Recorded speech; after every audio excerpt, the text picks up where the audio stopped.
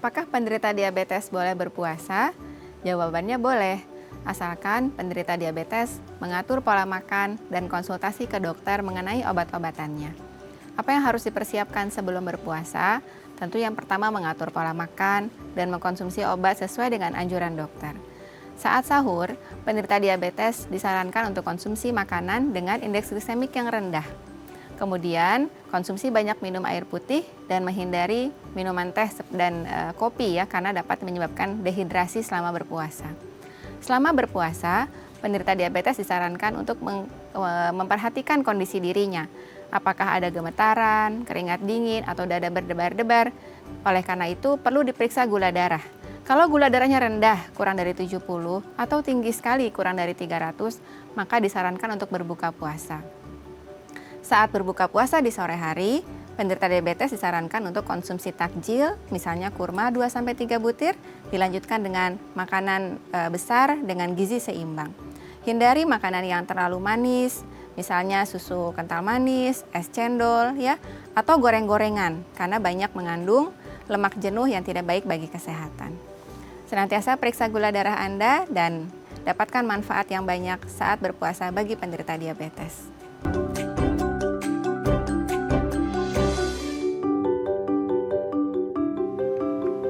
Halo pemirsa, apa kabar Anda hari ini? Senang sekali Sarah dan Matias dapat kembali menemani Anda dalam sebuah program talk show inspiratif nih, dia Bincang Sehati. Pemirsa, kita tahu ya bahwa yang namanya puasa, apalagi di bulan suci Ramadan ini, itu kan punya banyak sekali manfaat. Ya untuk secara agama iya, secara kesehatan medis juga iya. Tapi mungkin ada beberapa kategori orang yang masih bertanya-tanya nih, kalau mereka mengalami kondisi seperti ini, boleh nggak sih berpuasa? Aman nggak sih? Kalau boleh, apa do's and don'ts-nya, apa yang boleh dan nggak boleh dilakukan? Terutama kalau kita ngomongin hubungannya dengan sistem metabolisme yang ada di tubuh kita. Nah, kalau ngomongin penyakit metabolik pasti udah tahu ya. Ini kayak penyakit metabolik yang paling populer lah ya, karena mungkin masuk 3 besar penyakit yang entah di Indonesia ataupun di dunia ini banyak diderita, yaitu diabetes. Pertanyaannya, amankah berpuasa bagi penderita diabetes? Kalaupun aman, apa panduannya gitu ya supaya para penderita diabetes ini, karena rata-rata kan kalau dulu mungkin kita pikirnya penderita diabetes itu udah lansia. Nah, salah satu mungkin dalam puasa kan kalau udah lansia, renta dan lain sebagainya mungkin diperbolehkan untuk tidak berpuasa. Tapi gimana jadinya kalau mereka yang masih berusia produktif ya, karena mungkin bonus demografi di Indonesia terutama, terus banyak tuh ya prevalensi diabetes di usia muda 30-40-an yang dimana notabene-nya mereka masih diwajibkan untuk berpuasa kalau mereka memang beragama Islam atau Muslim seperti itu ya. Terus apa yang harus dilakukan supaya penderita diabetes ini tetap aman berpuasa? Inilah topik yang kita bahas hari ini. Tapi sebelum bahas itu kita membahas terlebih dahulu beberapa mitos atau fakta seputar diabetes. Nah, untuk membahasnya telah hadir bersama kami di studio Bincang Sehati ada Dr.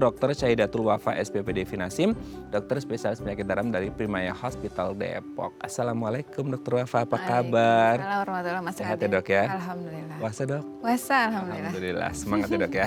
Insya Allah. Insya Allah. Oke Dok, hari ini kita akan membahas seputar gini, puasa itu kan bagus ya, untuk terutama dalam kesehatan gitu ya, kalau kita ngomong konteksnya medis gitu ya. Tapi kan mungkin ada beberapa orang yang masuk kategori mungkin dengan komorbid tertentu, let's say kayak penyakit metabolik diabetes yang mau kita bahas hari ini, itu yang masih bertanya-tanya gitu. Kayak aduh, orang dengan penyakit diabetes kan harus wajah makannya teratur lah, porsi dan lain sebagainya. Sementara sekarang kan makanya cuma 2 kali nih Dok, buka puasa sama sahur gitu ya, mungkin bisa diisi di tengah-tengahnya. Tapi kan nggak ngerti nih untuk penderita diabetes seperti apa, nanti kita bahas ya Dok ya. Kita bahas terlebih dahulu mitos fakta seputar diabetes. Yang pertama Dok, penderita diabetes itu katanya nggak bisa mendonorkan darah, karena darah di tubuhnya penderita diabetes itu kan full dengan gula gitu ya, sehingga takutnya ketika mereka mendonorkan darah, waduh nanti yang resipiennya bisa jadi kena diabetes juga tuh gitu. Karena di apa ya, ekspor tuh ya si darah dengan penuh gulanya ini ke orang lain, betul nggak sih Dok? Ya itu mitos ya. Oh boleh berarti? Iya. Oh kenapa tuh Dok? Jadi penderita diabetes itu sepanjang gula darahnya cukup terkendali, baik dengan obat minum ya atau dengan insulin, atau misalnya terkendali dengan perubahan pola diet saja, ya gula darah sudah cukup baik dan kondisi fisiknya bagus, ya. Jadi dia dalam good condition lah, itu boleh untuk mendonorkan darahnya. Ya. Itu tuh maksudnya stabilnya gula darah itu ada standarnya nggak sih? Atau standar dalam artian kayak angka ya? Nilainya ya. Angka atau udah berapa lama nih, nggak hanya kayak baru seminggu ini angkanya udah stabil boleh donor darah, atau kayak minimal 3 bulan atau gimana? Ya, minimal dalam 3 bulan kita nilai HbA1c-nya bagus di bawah 7%. Jadi ada parameter namanya HbA1c HbA1c. yang menggambarkan bagaimana rata gula darah 3 bulan terakhir. Harus flat rata, atau kalau kan gula darah kan kadang-kadang Turun naik ya. turun naik dong. Karena gula darah turun naik itu, maka kalau kita periksanya hanya 1 kali kurang valid, Mas Raden. Jadi kita gunakan parameter HbA1c. HbA1c-nya baiknya bagus, terkontrol di bawah 7%. Itu cek HbA1c-nya berapa kali sih dalam 3 bulan itu? 1 kali, 1 kali dalam 3 bulan cukup. Dia menggambarkan bagaimana gula selama 3 bulan. Oh, jadi ke-record tuh ya selama 3 bulan tuh ke-record. HbA1c-nya itu ke-record ini stabil Ya. atau up and down. Kalau up and down dia nggak bakal lolos ya, Dok? Kalau up and down biasanya HbA1c-nya akan naik Oh, di atas 7% di ya? atas 7%. Oh, jadi kan kadang-kadang orang nggak ngerti ya konsumsi apa segala macam dalam, apalagi 3 bulan, Dok. 3 hari aja kadang-kadang orang bisa cheating ya, apalagi 3 bulan gitu kan ya. Kalau kita hanya periksa gula darah 1 kali, misalnya gula darah puasa, nah itu biasanya pasien sebelum periksa udah puasa dulu tuh, makannya bagus gitu. Obatnya diminum. Nah pagi hari periksa gula darahnya bagus. Jadi kita tidak gunakan gula darah itu sebenarnya. Oh, jadi HbA1c-nya. Karena HbA1c. ya kalau gula darah itu bisa Bisa diusahakan. bisa dimanipulasi ya beberapa hari sebelum cek ya, Dok ya. Iya, betul. Kalau HbA1c kan recordnya udah 3 bulan terakhir gitu ya. Dan satu lagi Oke. pasien tidak ada komplikasi yang berat ya. Oh. Misalnya pasien cuci darah, pasien gangguan jantung yang berat ya, itu tidak direkomendasikan untuk donor darah. Jadi pasien stabil. Tapi biasanya diabetes tuh ada temennya dong. Apa nih, hipertensi? Maksudnya ada ya, mungkin ada hipertensi dan lain sebagainya. Biasanya kalau udah masuk komplikasi kan udah Iya, banyak temen-temennya ya, Dok ya. betul. Makanya ini yang benar-benar terkontrol, entah gula darah HbA1c-nya ataupun non komorbid yang lain. Iya. Oke, itu catatannya. Jadi Anda boleh mendonorkan kalau dengan kondisi-kondisi yang tadi disebutkan oleh Dokter Wafa ya. Oke, kita lanjut yang kedua ya, Dok ya. Penderita diabetes harus menghindari makanan manis. Pokoknya segala macam manis-manisan gitu ya. Entahlah apalah, pokoknya semua yang ada kandungan gula dan manis harus dihindari. Betul nggak sih, Dok? Kalau totally itu mitos ya, karena masih boleh konsumsi makanan manis, tentu dengan porsi yang terukur dan tetap memperhatikan balance diet. Ya, jadi seberapa karbohidratnya, seberapa protein dan fatnya ya itu perlu kita perhatikan.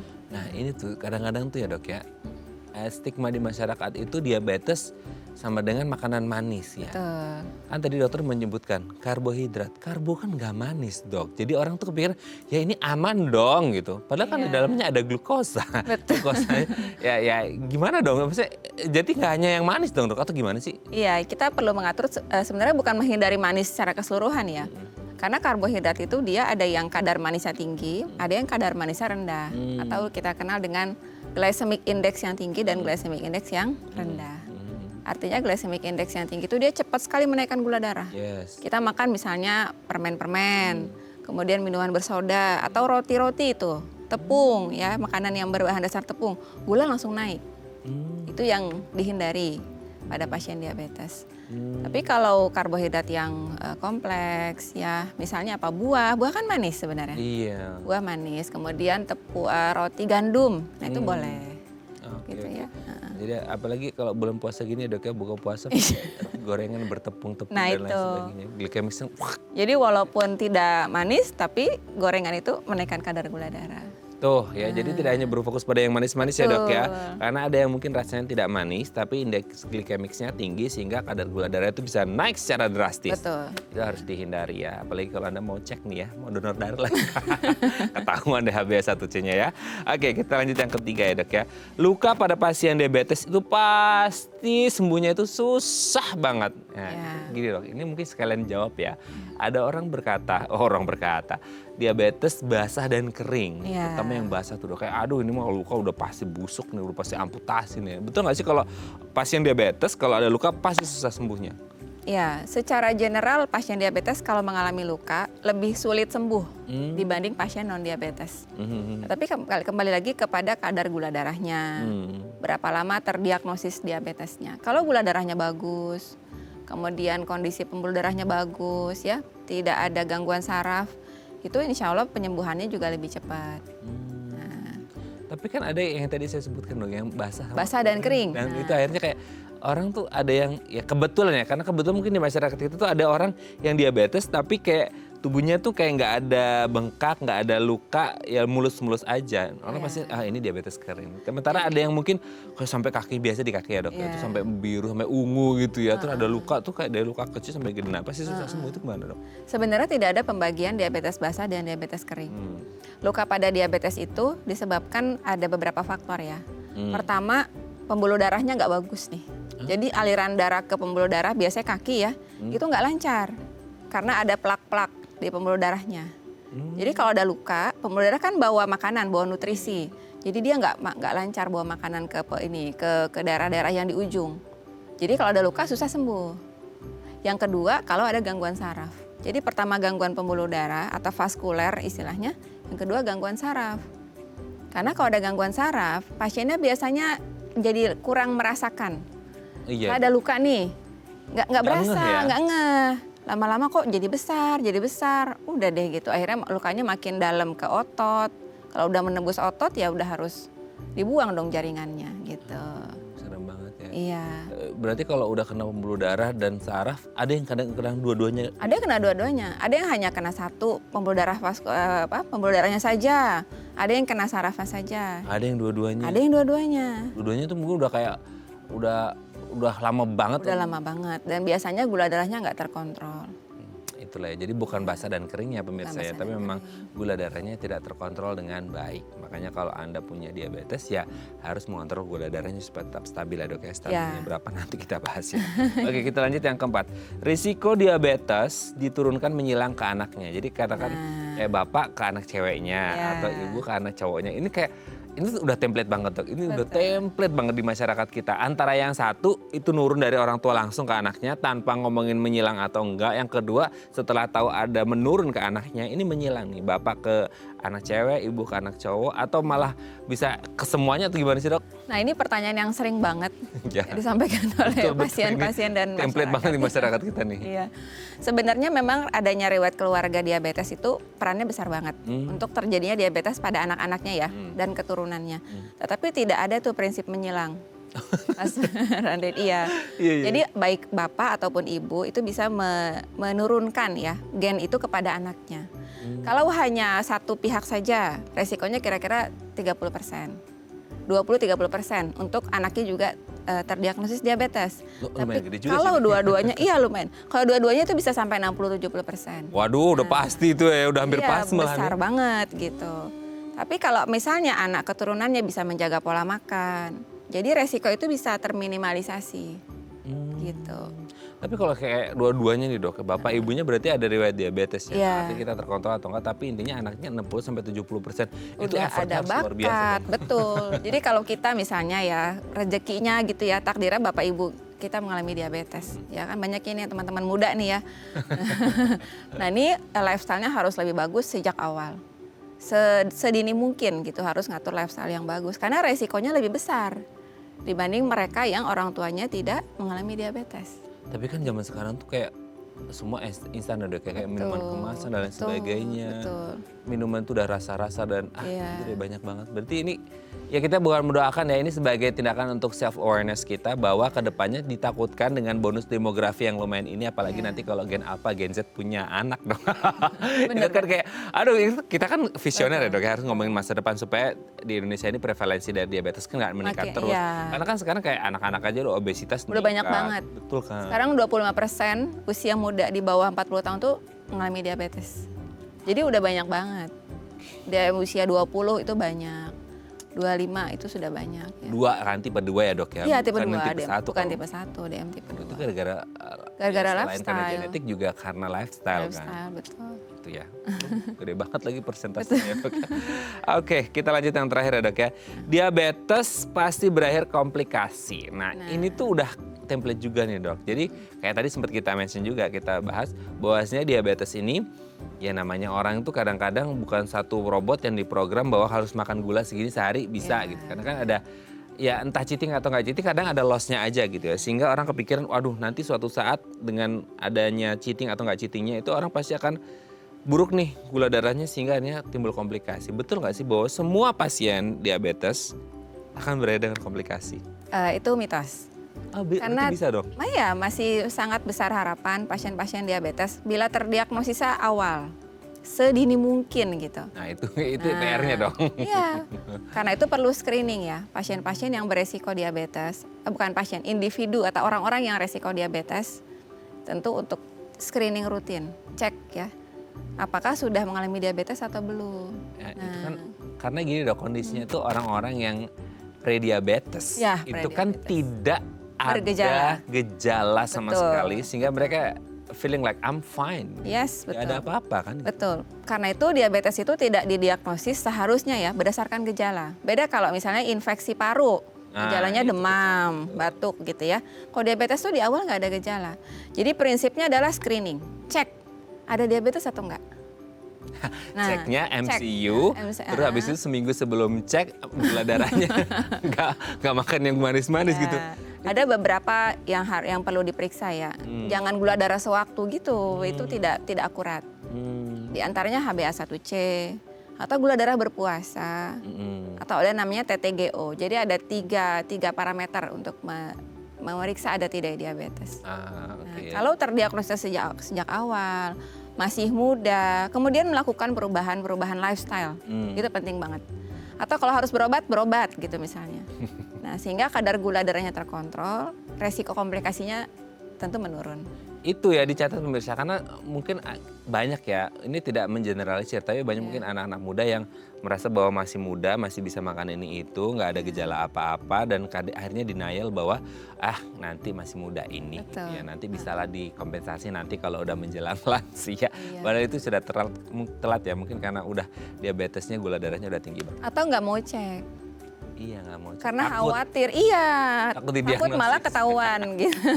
Jadi itu juga banyak. Paradigmanya yang kita ubah. Ya itu dia ya, padahal itu preventif ya. Preventif. Oke, terima kasih Dr. Wafa sudah terjawab mitos faktanya. Nanti kita lanjut ngomongin aman nggak sih berpuasa bagi penderita diabetes ya, Dok, di segmen selanjutnya. Oke pemirsa, kami akan kembali saat lagi, tetap bersama kami di Bincang Sehati.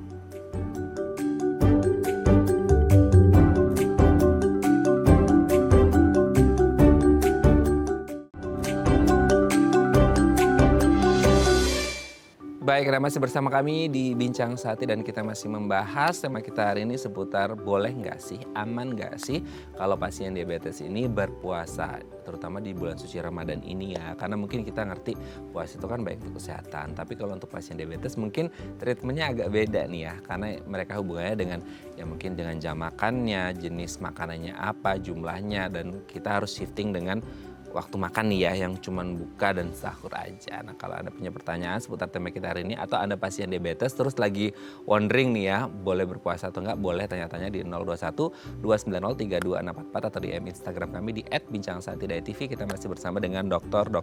Syahidatul Wafa SPPD Finasim, dokter spesialis penyakit dalam dari Primaya Hospital Depok. Oke dok, kita lanjut lagi. Ngomongin, tadi kan sedikit banyak kita ngomongin diabetes ya, tapi mungkin secara umum dulu nih dok. Kayak diabetes itu tuh identiknya dengan gula gitu, gula dengan manis gitu. Sesimpel itu bahwa kamu makan manis, kamu diabetes. Soalnya banyak meme-nya dok, orang lagi makan gitu ya, lagi mukbang yang sekarang zamannya mukbang gitu kan. Manis, terus nanti ada yang komen, welcome diabetes. Gitu dok, itu banyak banget template-nya seperti itu. By definition, secara medis diabetes itu penyakit yang seperti apa sih dok? Ya, diabetes itu adalah kelainan akibat gangguan dari produksi insulin atau fungsi dari insulin.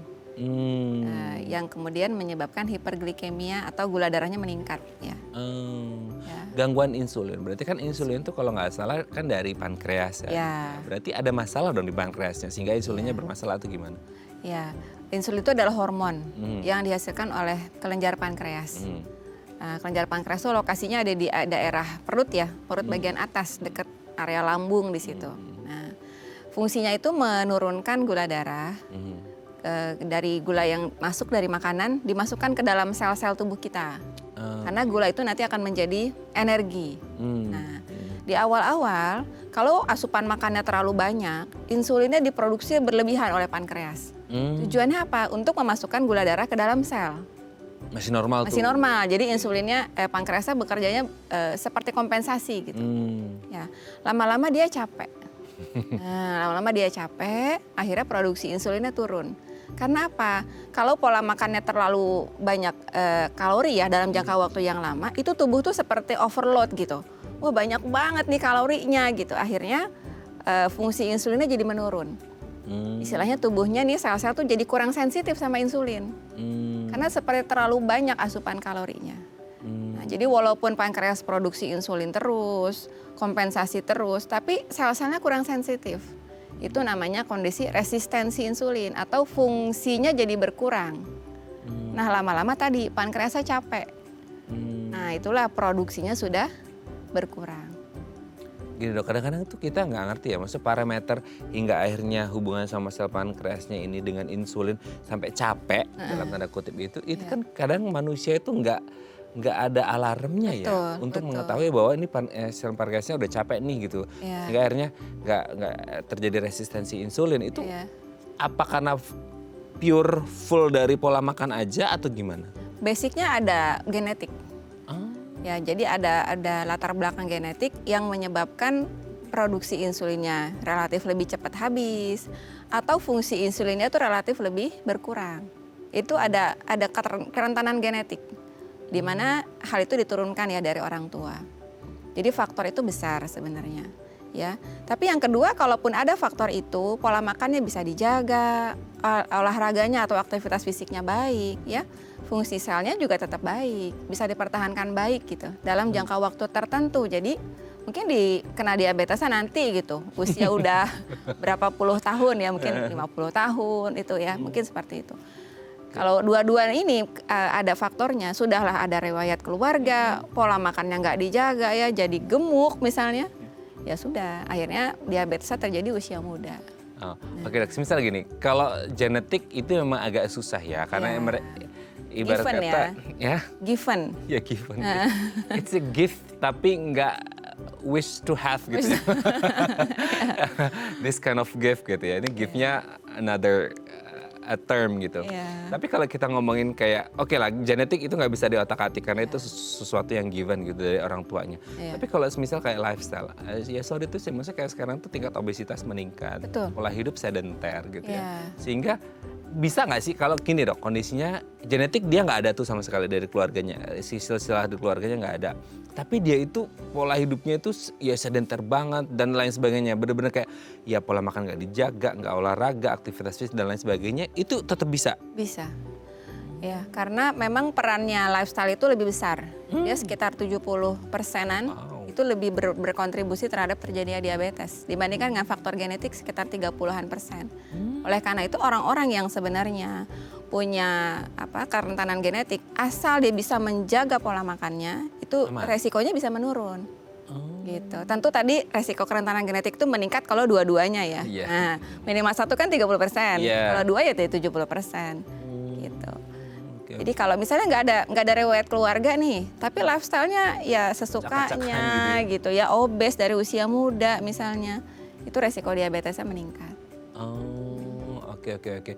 Tapi kalau misal akhirnya mereka dengan kondisi entah genetik ataupun non genetik ya, lifestyle dan lain segala macam, itu tuh ketika terjadi diabetes di tubuhnya itu tuh kan gini ya dok ya, sekarang tuh saya susah ngomongnya, tapi intinya gini, orang itu sampai detik ini, sampai kadang-kadang itu ada yang gula darahnya sampai berapa ratus gitu ya, 400, 500, orang tuh kadang nggak ada gejala. Nah itu, sehingga akhirnya orang itu nggak aware kali dok, entah karena genetik yang udah punya bakat ataupun non genetik, lifestyle, sehingga akhirnya banyak orang nggak aware dan akhirnya sudah di tahap itu gitu. Betul.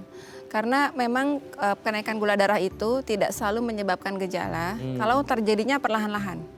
Jadi dia naik pelan-pelan, istilah kedokterannya kronik. Yes. Jadi in the long term gitu, pelan-pelan dia naik pelan-pelan. Jadi tubuhnya sudah kompensasi, tidak ada gejala yang berarti. Akan timbul gejala kalau gula darah yang tinggi itu kan sudah merusak organ-organ. Misalnya mengganggu pembuluh darah jantung, gejalanya akibat serangan jantung. Ya, misalnya merusak pembuluh darah di mata, gejalanya ya kebutaan misalnya yang paling beratnya ya. Atau mengganggu pembuluh saraf-saraf di kaki misalnya. Gejalanya apa? Baal-baal. Tangannya nih, kakinya ya merasa kesemutan atau baal gitu. Kalau udah terjadi seperti itu, artinya udah lanjut. Udah telat, Mas Raden. Itulah ya, makanya penyesalan itu di akhir Di ya. akhir, kalau di awal, Pendaftaran. Nah, jangan sampai penyesalan datang di akhir. Ya. Kalau bisa harus di-prepare dari awal supaya Anda bisa sehat, dan kalaupun akhirnya diabetes, Anda bisa berpuasa. Nah, gimana caranya nanti kita bahas di segmen selanjutnya, Dok ya. Oke, pemirsa, kami akan kembali saat lagi, tetap bersama kami di Bincang Sehati.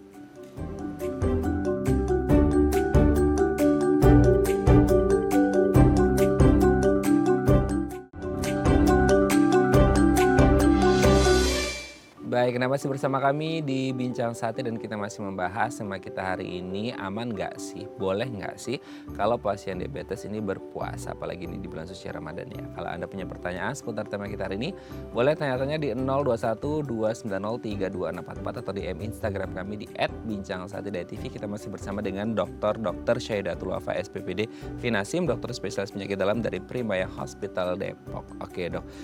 Gejala mungkin memang tidak ada ya, maksudnya ketika orang udah entah berapa gula darahnya 200, 300, 400 dan ke atas gitu ya. Tapi kalau orang udah mulai kayak gula darah tinggi, ini kan sifatnya kronik ya, Dok, kayak tahunan gitu. Ya masa sih nggak ada, Dok? Masa kayak yang benar-benar kayak khas banget ketika ini udah mulai, ya namanya kalau udah perburukan pas karena sifatnya kronik ya. Kadang-kadang tuh gini, Dok, tubuh tuh mulai mengompensasi ya, sehingga ini nggak kalau ini sebenarnya gejala gitu. Nah, yang khas apa yang akhirnya orang tuh mulai oh kemarin Dokter Wafa bilang begini, berarti ini kayaknya menuju ke sini. Ada yang khas nggak, Dok? Ya, karena gulanya tinggi, memang lama-lama ya akan menyebabkan gejala juga sih, Mas Raden ya. Misalnya kalau tidur nih malam hari, itu pasien suka terbangun karena pengen kamar mandi, kan buang air kecil. Pipis? Pipis. Jadi pipisnya bisa sering, bisa kebangun 3-4 kali tuh hanya untuk pipis. Ganggu banget itu, Dok. Ganggu banget, ya. Dan karena sering pipis, seharian juga seperti itu ya, bukan hanya malam hari. Jadi lebih sering haus, bawaannya tuh minum lagi gitu. Akhirnya pipis lagi. Pipis lagi. Dan yang tadi pertama ya, banyak pipis, banyak minum karena haus terus. Yang ketiga banyak makan. Jadi bawaannya lapar terus.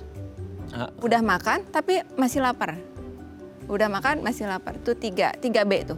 Banyak pipis, banyak minum, banyak makan. Nah, satu lagi B keempat, berat badan turun. Oh, justru karena dia banyak makan tapi banyak berat. Iya, banyak makan tapi berat badan turun. Karena insulinnya kan makin turun. Jadi glukosanya nggak dimasukin ke sel-sel tubuh nih, Mas Raden. Jadi tubuhnya kurang energi, bawaannya lemes. Kayak yang banyak, kalau banyak minum karena banyak pipis lah, karena mereka takutnya dehidrasi, hanya minum kan. Betul. Kalau kayak banyak makan tuh, Dok, kayak emangnya mereka nggak tahu ya, kadang-kadang itu rasa lapar, rasa kenyang seorang itu kan karena saraf kita sensor ke otak bahwa ini udah kenyang gitu. Betul. Itu mereka ada gangguan di situ nggak sih? Hingga akhirnya kayak sebenarnya mereka nggak lapar, tapi akhirnya mereka makan terus tuh gimana? Ya, banyak makan tuh karena rasa lapar terus. Rasa lapar karena tubuhnya ngerasa kurang gula. Si sel-sel tubuh tuh ngerasa kurang gula. Kenapa? Karena gulanya ada di pembuluh darah. Mas Raden kebayangin pembuluh darah tuh kayak selang. Dia bawa gula darah dan komponen lain ya. Kemudian gulanya tuh dimasukin gitu ke dalam kotak. Ada kotak jantung, ada kotak otot, kotak liver ya. Si kotak-kotak itu atau sel-sel tubuhnya ngerasanya mana nih gulanya, mana saya perlu nih buat energi gitu ya. Nah itu nggak ada, kurang. Karena banyaknya di selang tersebut di pembuluh darah gitu. Akhirnya pikir kurang. Jadi makan lagi. Padahal sudah banyak gula di dalam pembuluh darah. Nah, jadi dua kondisi nih. Gula di pembuluh darahnya banyak, dia akan merusak sel-sel tersebut ya, organ-organ. Tapi sel-selnya merasa lapar. Nah, complicated ya, Dok. Complicated. Gitu. Jadi kalau jadi sederhana 3B tadi ya. Iya. Ya. Banyak pipis, banyak minum, banyak makan. Banyak makan dan berat badan turun. 4B berarti. 4B ya. Aduh, itu ya, Anda harus berhati-hati kalau udah mulai merasakan itu ya. Tapi gini, Dok, untuk menentukan diabetes atau enggak itu hanya berdasarkan dari gula darah saja kah atau mungkin ada faktor-faktor yang lain? Ya, untuk menentukan ada diabetes atau tidak berdasarkan gula darah. Menentukannya ya, mendiagnosisnya. HbA1c, gula darah puasa, atau gula darah 2 jam setelah tes TTGO namanya. Jadi 3. Atau satu lagi gula darahnya tinggi sekali tapi dengan gejala 3B. 3B tadi, banyak minum, banyak pipis, banyak makan, plus gulanya di atas 200. Nah itu kita bisa diagnosis diabetes. Hati-hati yang 200 ya. 200 itu yang puasa atau non puasa? Itu yang random aja. Yang random aja. Nah, kalau yang puasa patokannya 126. Oke. Lebih rendah Di ya. atas 126 udah Udah masuk. puasa. Nah, kalau kita pakai HbA1c 6,5. 6,5. Nah, angkanya dihafalin deh. Kayaknya diapalin nih, abis ini langsung MCU nih kayaknya ya. Oke, tapi kayak pengaruh nggak dok, kayak berat badan dan lain sebagainya itu? Nah, untuk terjadinya diabetes dan untuk kontrol diabetes bukan cuma gula darah aja. Pertama, teman-temannya nih banyak nih. Pertama, kegemukan. Kalau gemuk, gulanya akan semakin tinggi. Dan fungsi insulinnya makin turun. Kegemukan. Jadi harus mengontrol berat badan. Yang kedua, darah tinggi, tensi. Aduh, Tekanan darahnya harus dikontrol juga ini gitu. bestie deh dok tuh. Bestie banget benar. Yang ketiga, kolesterol. Ah itu juga. Nah, jadi 4 sekawan itu diabetes, Yes. kolesterol tinggi atau dislipidemi ya istilahnya, kemudian hipertensi sama obesitas. Obesitas. Itu 4 sekawan. Kawannya bukan hal yang baik ya. Baik, ya. Oke, nah kalau ngomongin diabetes tadi kan sebagian besar itu, let's say kalau genetik udah nggak bisa diomongin, Iya. tapi kayak pola makan ya. Pola makan itu kan penting banget, apalagi kalau ngomongin hipertensi, kolesterol gitu ya, kegemukan.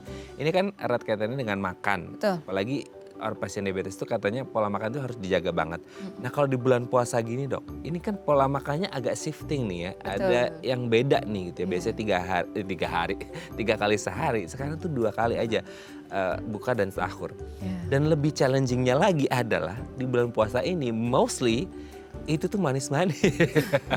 Apalagi balas dendam tuh dok ya. Rapelnya, makannya manis, gulanya dan lain sebagainya. Nah, boleh nggak sih kalau pasien diabetes dengan kondisi diabetes ini berpuasa?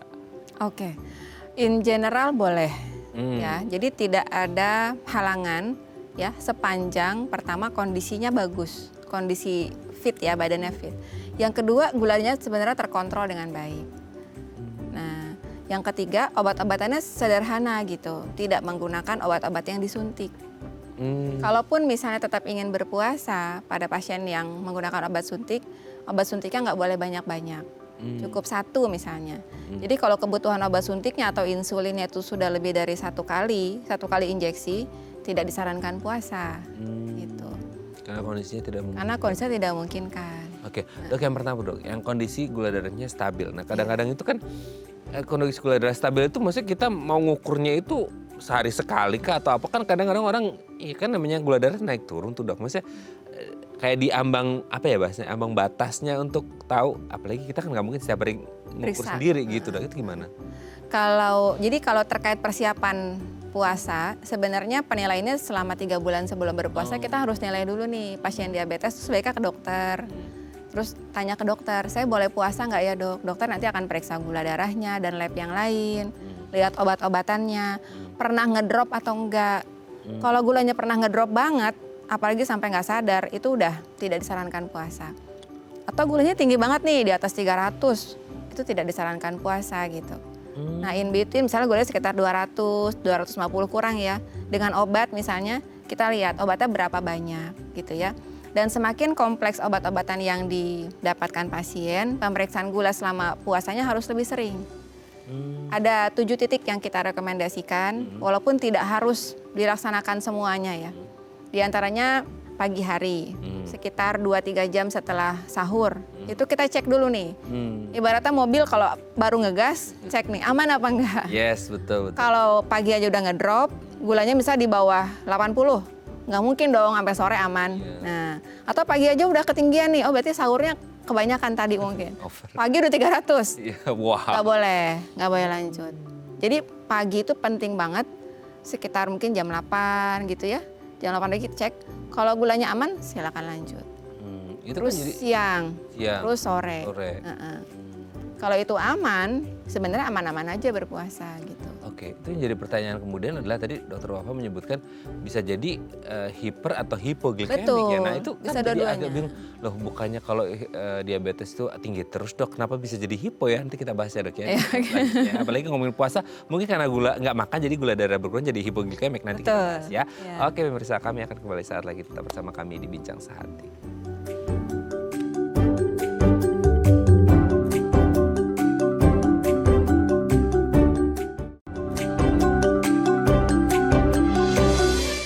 Baik Baik, Anda masih bersama kami di Bincang Sate dan kita masih membahas tema kita hari ini, pasien diabetes boleh nggak sih, aman nggak sih berpuasa? Kalau ada punya pertanyaan seputar tema kita hari ini boleh tanya-tanya di 0212903244 atau DM Instagram kami di @bincangSate.tv. Kita masih bersama dengan Dr. Syahidatul Wafa SPPD Finasim, dokter spesialis penyakit dalam dari Primaya Hospital Depok. Oke dok, kita lanjut lagi. Tadi sempat kita bahas ya, Dr. Wafa sempat menyebutkan, oh kalau dia hiper atau hipoglikemik gitu, di mana di bulan puasa ini kan mungkin gini, orang pikirnya gula darah saya tinggi nih dok, yaudah saya puasa aja untuk membatasi makan supaya gula darah saya turun. Tiba-tiba kok malah hipo gitu dok, malah bisa blackout, bisa pingsan kan gitu. Nah itu kan jadi challenge juga tuh, gimana tuh dok? Emang betul kalau pasien diabetes itu dengan kondisi gula darah tinggi terus kayak puasa aja deh supaya mengurangin gulanya sehingga turun, malah bisa jadi hipo atau gimana sih kondisinya? Memang betul, puasa itu bermanfaat untuk mengontrol gula darah. Nah, di luar bulan Ramadan pun kan pasien diabetes yang masih terkontrol ya, itu disarankan banyak berpuasa ya. Jadi pasien diabetes yang puasa nih manfaatnya bisa nurunin gula, tekanan darahnya bisa lebih stabil, berat badan bisa turun. Tapi itu perlu diatur, Mas Raden. Jangan sampai Ada syarat dan ketentuannya. Iya, jangan sampai kebablasan. Misalnya apa? Makannya dikurangi nih, tapi obatnya nggak dikurangi misalnya. Jadi kan nggak imbang ya. Nanti bisa ngedrop. Berarti maksudnya kayak gini, untuk persiapan ketika pasien diabetes ini mau berpuasa harus ada penyesuaian dong. Betul, penyesuaian dosis obat, penyesuaian kapan minum obat. Misalnya pasien biasa konsumsi obat 3 kali sehari, pagi, siang, sore gitu kan. Iya kan. Misalnya katakan obatnya metformin yang paling sering ya, 3 kali sehari nih gitu ya. Kalau puasa gimana dong? Kan siangnya nggak makan. Nah itu tuh ada penyesuaian. Misalnya dosis siang dipindah ke saat buka. Jadi saat bukanya double dosisnya. Nah itu contohnya ya Mas Raden. Jadi memang sebaiknya kontrol ke dokter, nanti dokter akan menyesuaikan. Obatnya biasanya kan ada beberapa ya, tidak hanya satu. Mana yang dipindah ke sore atau saat buka puasa, mana yang dipindahnya ke sahur gitu ya. Dan rata-rata obatnya diturunkan antara 25-30% dosisnya. Gitu. Kan ini dong, mungkin pasien diabetes kan beda-beda obatnya ya, betul. jenisnya dan jumlahnya Dan gitu. jumlahnya beda-beda. Nah itu kan ada yang mungkin 1 kali sehari, itu mungkin nggak, it's not a big deal lah buat mereka gitu. Kan ada yang mungkin lebih dari 1, itu benar-benar harus di-customize banget dong. Iya betul, customize per patient. Kalau hanya 1 kali, mudahnya dikonsumsinya saat buka puasa aja, itu kan mudah ya. Atau 2 kali ya udah saat sahur sama buka, tinggal kurangin dosisnya. Nah itu kuranginnya juga perlu nanya dokter. Kalau 3 kali gimana? Itu customize juga. Atau misalnya suntik gitu ya. Biasa suntik 4 kali, gimana nih dok? Padahal sebenarnya kan nggak disarankan puasa kalau suntiknya udah 4 kali.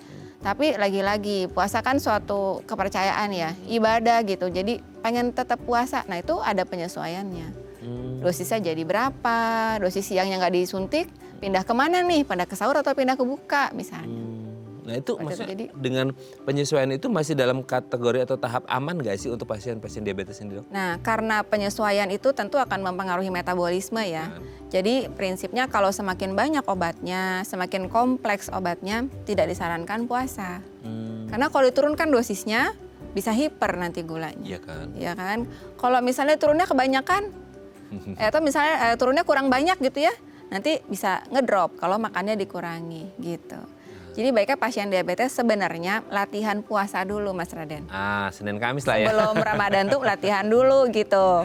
Dosisnya jadi berapa, makannya seberapa gitu. Jadi pas Ramadan aman. Ramadan gitu. aman. Jadi udah ada test drive-nya. Test drive dulu betul. Oke dok, sebelum lanjut ini ada DM Instagram, saya bacakan ya dari Bu Dian.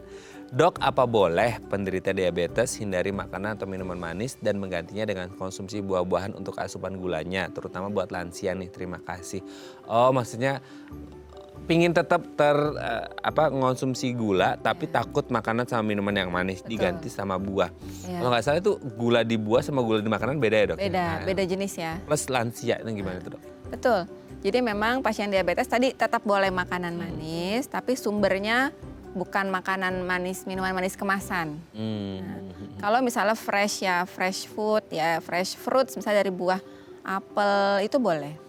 Pisang pun boleh. Sering tanyakan tuh pisang boleh nggak sih dok? Boleh. Betul. Sepanjang apa? Sepanjang masih wajar. Jadi 1 porsi aja buah sekali makan. Nah misalnya 1 buah apel saat buka puasa boleh. Nanti saat sahurnya misalnya apa? pir, atau pisang misalnya, itu boleh. Jadi mengganti rasa manisnya dari buah ya. Kan ada, kalau nggak salah saya pernah baca ada beberapa buah yaitu yang buah yang apa indeks glikemiknya Indeks glisemiknya tinggi. ya kan? Maksudnya Iya. makan, saya nggak tahu benar atau nggak kayak anggur dan lain sebagainya itu kan lumayan tinggi gimana Dok? Iya, tapi kita tidak membatasi full ya. Jadi kalau masih pengen makan tuh boleh, asalkan porsinya wajar. Karena bagi banyak orang makan buah itu suatu kebahagiaan, Mas Raden. Iya, jadi Iya kan? hormon-hormon Seneng kebahagiaannya gitu. ya. Iya, jadi arahannya adalah wajar aja porsinya, nggak boleh berlebihan. Kalau kurma Dok? Kurma boleh. Untuk berbuka Kurma itu kan kayak puasa, rasanya tuh manis banget gitu. iya, jangan pilih kurma yang ditambah gula dong. Kurmanya ya.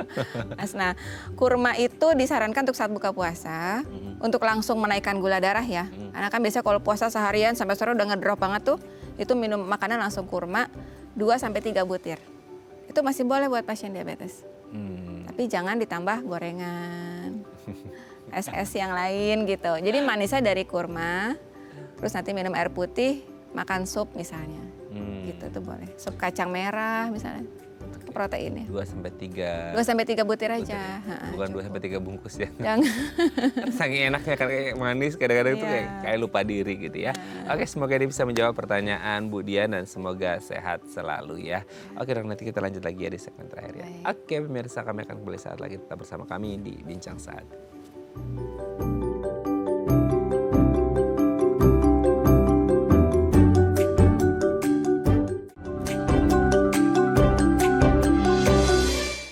Baik, Anda masih bersama kami di Bincang Saat dan kita masih membahas sama kita hari ini seputar boleh nggak sih, aman nggak sih pasien diabetes ini berpuasa. Kita masih bersama dengan Dr. Syahidatul Wafa SPPD Finasim, dokter spesialis penyakit dalam dari Firmaya Hospital Depok. Oke Dok, nah ini kan tadi udah kita bahas banyak ya diabetes dan puasa. Nah sekarang tuh yang jadi challenge berikutnya adalah tentang permakanan nih, di antara buka puasa dan sahur gitu ya. Karena kan gini, oh kita harus makan banyak yang manis. Karena apa? Karena kita bakal kekurangan energi sehingga kita makan yang manis, glukosa diubah jadi energi supaya kita tetap Fit. selama berpuasa. Lah saya diabetes gimana nih gitu ya. Gula semua, energi sih energi tapi tong naik. Nah Ya. kayak panduan untuk makan, buka dan sahur untuk pasien diabetes itu gimana? Diabetes. Oke. Kalau saat sahur, prinsipnya adalah makan karbohidratnya yang karbohidrat kompleks. Jadi yang Contohnya. indeks glisemika rendah. Ya, nasi itu boleh. Nasi merah? Nasi merah, nasi putih boleh. Lebih bagus nasi merah ya. Oke. Udah sahur nasi merah kayak Aduh, makan dong. agak banyak. Makanya nasi putih boleh sebenarnya. Boleh ya? Nasi putih boleh. Kemudian kalau nggak mau nasi, boleh roti gandum. Roti gandum sama roti putih itu ya, itu lebih rendah roti gandum. Ya, terus Indeks dia alasin selai pula dia dong yang manis. Selainya jangan selai stroberi. Ya, kemudian protein. Ya, protein nabati itu ya bagus juga ya. Kemudian lemak. Lemaknya jangan lemak yang jenuh. Lemak tak jenuh ya. Misalnya olive oil kalau mau ini ya untuk energi, sama susu boleh ya, atau sama alpukat. Oh. Nah, alpukat tuh kandungan lemak tak jenuh yang bagus juga. Ya. Sama banyak ini makan kacang-kacangan. Ya, produk kacang-kacangan, tempe, tahu, ya itu bagus. Ya, proteinnya. Termasuk cara mengolah nggak sih? Orang bilang kacang-kacang makan kacang goreng seharian kentut-kentut Jangan gas yang gitu. digoreng ya, tempe tahu biasa Tahu gitu biasa itu ya. bagus. Tentu digoreng nanti menaikkan minyaknya berarti ya, menaikkan lemak. Sama harus banyak air putih. Minum air putih 8 gelas sehari ya, 2,5 liter misalnya sehari. Kalau lagi panas banget 3 liter ya, asal tidak ada pembatasan cairan itu boleh. Sama tidak, Kalau ada masalah di ginjal kan. ya nggak boleh banyak minum. Sama hindari minum teh Oh, saat sahur. Minum teh dan minum kopi. ya itu banyak dok. Maksudnya itu iya. kan minuman yang kayak wajib banget Kan entah buka biasa ataupun ya. sahur. Iya, karena kedua minuman itu menyebabkan banyak pipis. Banyak pengen ke belakang terus ya, banyak urin, banyak berkemih. Khawatirnya dehidrasi selama puasa gitu. Sekarang gini, tehnya itu maksudnya teh yang hangat atau sekarang sorry ya, maksudnya itu banyak dijual tuh di luaran sana teh es teh. Iya. Ya, itu udah pasti manis udah, tapi sifatnya diuretik juga. Iya, diuretik. Teh apapun ya, teh Mau apapun. yang panas, mau yang dingin. Iya, karena komponen tehnya itu sendiri diuretik dia. Teh dan kopi, kopi lebih besar diuretiknya. gitu. Jadi dihindari dulu selama puasa ya. Tadi untuk pertimbangan mencegah dehidrasi sebenarnya. Tuh ya catatan untuk Ana nih yang suka minum-minum teh Iya. ya. Apalagi kopi itu kayak, aduh enak banget tuh sahur ya kalau yang anget-anget gitu ya. Itu ternyata nggak boleh. Air putih aja, kalau mau anget ya air putih anget ya. Yang buat anget. Sama hindari jus buah gitu ya. Kalau mau makan buah, buahnya aja. Oh langsung. Langsung. Karena jus buah itu kan indeks glisemika lebih tinggi ya. Jadi cepat menaikkan gula gitu. Dan Apakah karena dicampur kadang-kadang sama gula? gula, betul. Kental manis gitu-gitu? Kental manis, iya. Kalau mau buahnya aja sih sebenarnya nggak ada masalah ya. Oke, Jadi konsumsi buahnya buah murni lah gitu. buah murni ya, real Buah fruit seger ya, real foodnya. Oke. Itu buat sahur. Kadang-kala orang ingin minum manis dok supaya buat energi itu betul nggak sih dok? Ya porsinya aja jangan terlalu banyak ya. Jangan yang utama gitu ya. Yang utama ya. Oke. Kalau buka dok, maksudnya buka itu ada, tadi kan sempat kita bahas juga tuh kayak kurma dulu dan lain betul. sebagainya. Makanan manis tetap nggak boleh ya dok? Ya? Makanan manis kalau buka masih boleh. Karena untuk naikkan gula darah secara cepat ya. Jangan sampai hipoglikemi gitu. Hipoglikemi.